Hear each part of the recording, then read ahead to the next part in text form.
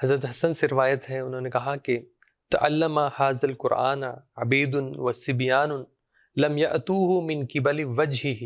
لا یدرون ما تعویلہ قال اللہ تعالی کتاب انزلناہ الیک مبارک لیدبروا آیاتہ۔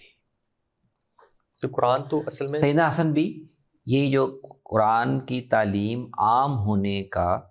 جو ایک منفی پہلو ساتھ جڑا ہوا ہے وہ بھی اسی پر ان کی نظر ہے۔ کہتے ہیں میں دیکھ رہا ہوں کہ بچوں نے بھی سیکھ لیا، غلاموں نے بھی سیکھ لیا ہے، لیکن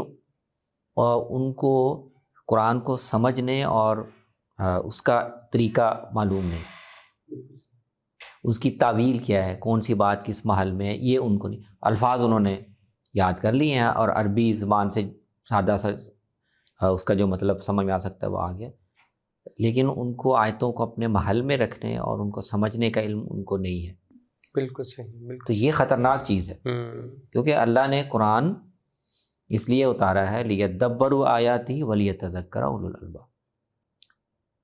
تو قرآن جو ہے اس کا تذکیر کے لیے تو وہ سادہ سی بات وہ کافی ہے،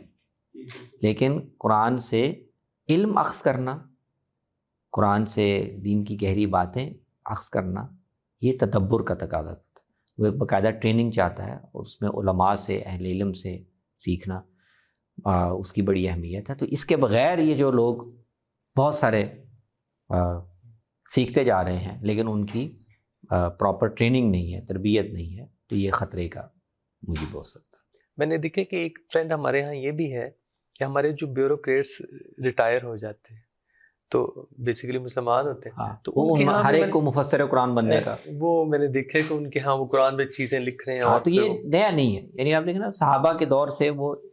اس دور میں ہر ایک پاس لکھنے کی فرصت نہیں تھی، اسباب نہیں تھے، لیکن یہ داعیہ اس وقت بھی تھا، جتنی کسی کی رسائی ہوتی تھی وہ اس کے لحاظ سے ایک لوگوں میں فتنہ پیدا کر دیتا تھا۔